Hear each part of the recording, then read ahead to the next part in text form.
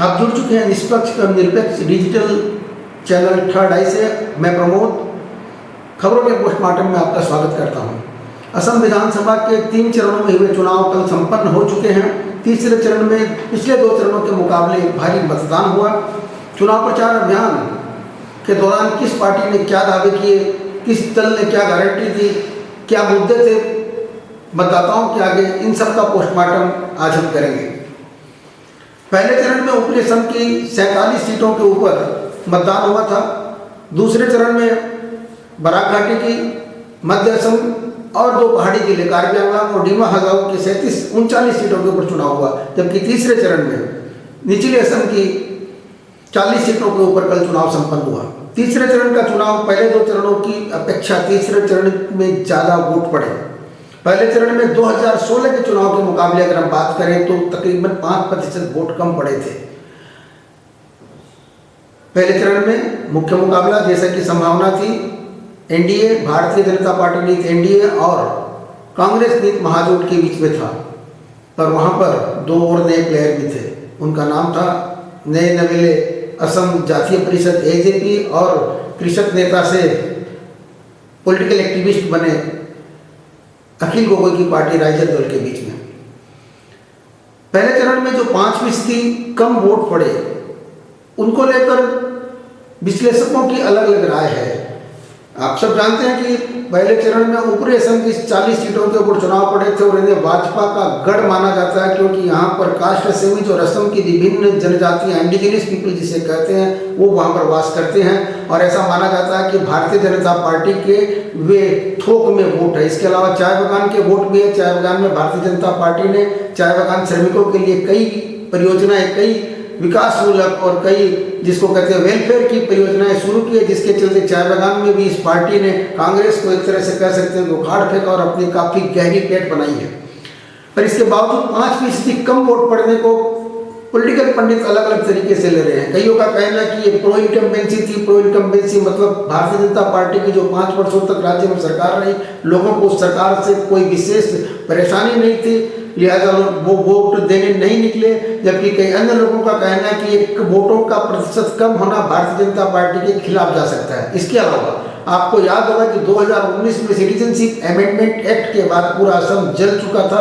असम का सारा राजनीतिक विमर्श उस समय ऐसे लगने लगा था कि काके इर्द गिर्द घूम रहा है। और उसी आंदोलन की इंटेंसिटी को देखकर Assam all Assam student union AASU और एजेवाईसीपी ने एक नया दल गठन करने की ठान ली और उन्होंने एजेपी के नाम से एक नया दल खड़ा कर दिया। वहीं दूसरी ओर अखिल गोगोई ने भी राइजर दल के नाम से अपनी एक अलग पॉलिटिकल पार्टी बना ली। ये दोनों ही पॉलिटिकल पार्टियां रीजनलिज्म, क्षेत्रतावाद में विश्वास रखने वाली पार्टियां हैं। राजनीतिक पंडितों का कहना है कि जो वोट का के कारण भारतीय जनता पार्टी से नाराज था वो या तो एजेपी के पक्ष में या तो राइजर दल के पक्ष में गया है और इससे कांग्रेस को नुकसान हुआ है, क्योंकि ऐसा आकलन था कि ये वोट कांग्रेस की तरफ जा सकता है, क्योंकि कांग्रेस और एआईयूडीएफ दोनों ने ही का पुरजोर विरोध किया था। पर का लेकर ये जो भाजपा से जिन लोगों की नाराजगी थी उन लोगों ने एजेपी या फिर राइजर दल को वोट दिया। कांग्रेस को उससे बहुत ज़्यादा फायदा नहीं हुआ, ऐसे राजनीतिक विश्लेषक मानते हैं। फिर भी चुनाव में वोट प्रतिशत का कम होना भारतीय जनता पार्टी जैसे दल के लिए हमेशा ही चिंता का विषय रहा है, क्योंकि जो लोग भाजपा के खिलाफ वोट करते हैं वो थोक वोट है, उनका वोट बैंक है। और जो भाजपा का वोटर अगर वो घरों से नहीं निकलेगा तो निश्चित रूप से नुकसान भारतीय जनता पार्टी जैसे दलों का ही होता है, जो कि बहुसंख्यक वोटों के ऊपर निर्भर करती है।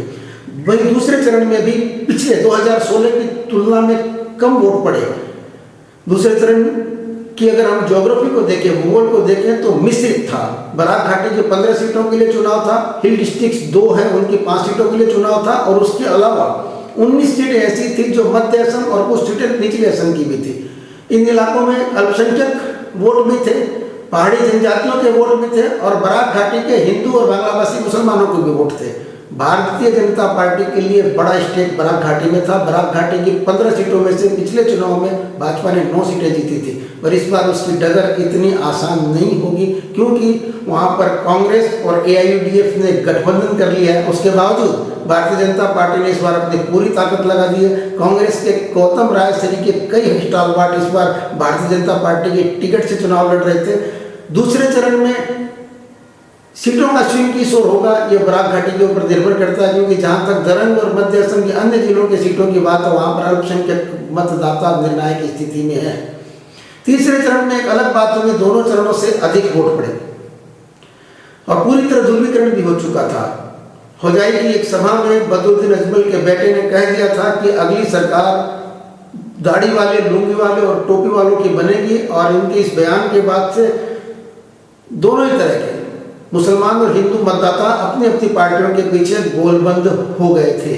तो तीसरे चरण में मतदान प्रतिशत का अधिक होना भारतीय जनता पार्टी के पक्ष में जाएगा या विपक्ष में जाएगा, इसका पता तो 2 मई को ही लगेगा। पर इतना तय है कि असम में वोटरों का मिजाज पहले से बदला है। वोटरों का मिजाज इस तरह बदला है कि जो कास्ट असमीज वोटर है, जो असम की विभिन्न जनजातियां हैं, असम की विभिन्न जनगोष्ठियां हैं, पहले वो भाषाई जातीयतावाद के मुद्दे के ऊपर वोट करती थी भारतीय जनता पार्टी, और भारतीय जनता पार्टी की पेरेंट ऑर्गेनाइजेशन राष्ट्रीय स्वयंसेवक संघ ने पिछले 20-25 सालों से असम में काफ़ी मेहनत की, और उस मेहनत का नतीजा ये निकला कि अब लिंग्विस्टिक नेशनलिज्म से असमिया वोटर कल्चरल नेशनलिज्म का जो भाजपा का ब्रांड है उस ओर शिफ्ट हो गए हैं। कल्चरल नेशनलिज्म का जो भाजपा का ब्रांड है, उस ब्रांड की ही ताकत है कि भारतीय जनता पार्टी ने पिछले चुनाव में 60 से अधिक सीटें जीती। इस बार में भारतीय जनता पार्टी और उसके सहयोगी कह रहे हैं कि बीजेपी प्लस 100+ पर चुनाव खत्म होने के बाद में जो आंकड़े हैं वो भारतीय जनता पार्टी की तरफ से भी बदल गए। अब पार्टी 80, 85, 87 सीटों की बात कर रही है। उसका एकमात्र कारण ये है कि भारतीय जनता पार्टी का विपक्ष जो है, कांग्रेस कमजोर पड़ गई थी, किंतु कमजोर कांग्रेस ने जब AIUDF के साथ में गठजोड़ किया तो जो मत पिछले चुनाव में बिखर गए थे अब वो एकजुट हो गए हैं। और हम सभी जानते हैं कि असम की कुल आबादी का 30 से 35% के बीच में मुस्लिम वोटर है। कहा जाए तो जम्मू कश्मीर के बाद में भारत का दूसरा ऐसा राज्य असम ही है जहां मुस्लिम मतदाता इतनी बड़ी संख्या में है। ऐसे में बदरुद्दीन अजमल की पार्टी का कांग्रेस के साथ में मिलना और साथ में CPM जैसे दलों का भी उसके साथ आना अपने आप में एक फॉर्मिडेबल कॉम्बिनेशन बनता है, जो भारतीय जनता पार्टी को पिछली बार की तरह कैकवॉक करने से रोकेगा। अब भारतीय जनता पार्टी के जो नेता है, हम सभी जानते हैं कि भारतीय जनता पार्टी चुनाव की रणनीति बनाने में अन्य दलों से आगे रहती है। अन्य दल जहां चुनाव खत्म होने के बाद में सुस्ताने में लगे, वहीं अंदर खाने से आ रही खबरों के अनुसार भारतीय जनता पार्टी सरकार का स्वरूप क्या होगा उसके ऊपर काम करने में जुट चुकी है।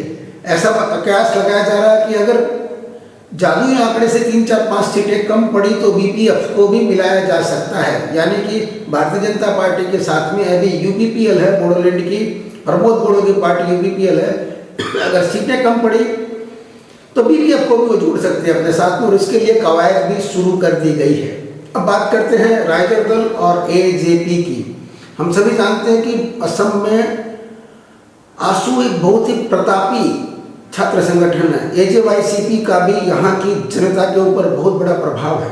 आसू ने 1969 से लेकर 1985 तक विदेशी खेदों आंदोलन का नेतृत्व किया था, जिसकी बदौलत राजीव गांधी के साथ में 1985 में असम समझौता हुआ था। आसू की एक हुंकार से, आसू के एक आह्वान से लाखों की संख्या में असमिया जानमानस सड़क पर उतर आते हैं। किंतु जब AJP का गठन आसू और AJYCP के आशीर्वाद से हुआ तो एक बार लग रहा था कि असम की राजनीति में गुणात्मक परिवर्तन आएगा। पर चुनाव को हम देखें तो AJP ऊपरी असम की कुछ सीटों को छोड़कर कोई बहुत ज़्यादा प्रभाव नहीं डाल पाई है। लोग उसे एक वोट कटवा पार्टी की तरह ही देख रहे हैं, जबकि विपक्षी उसे BJP की B टीम कह रहे हैं। मुझे ऐसा लगता है कि AJP और राइजर दल कोई बड़ा प्रभाव नहीं छोड़ पाए हैं, तो इसका कारण है कि ये उनकी पहली पारी है, वो पहली इनिंग खेल रहे हैं। उनके पास में चुनावी रणनीति के साथ साथ संसाधनों का भी अभाव था। बहरहाल AJP राइजर दल चुनावी नतीजों के ऊपर क्या प्रभाव डालेंगे, AJP और राइजर दल भारतीय जनता पार्टी के वोट काटेंगे या उनके मैदान में होने से कांग्रेस को फायदा होगा। भारतीय जनता पार्टी जो 100+ की बातें कर रही थी वो कहाँ सिमटेगी, कांग्रेस और महाजोट को कितनी सीटें मिलेंगी, असम में किसी दल को क्लियर कट मेजोरिटी मिलेगी या यहाँ असेंबली होगी, इस सब बातों का पता तो 2 मई को ही चल पाएगा, किंतु तब तक राजनीति की फिजा में जोड़ घटाव परम्यूटेशन कम्बिनेशन का काम चलते रहेगा और हम खबरों की खबर में पोस्टमार्टम के साथ में आपके सामने फिर से हाजिर होंगे। तब तक के लिए विदा दीजिए। धन्यवाद।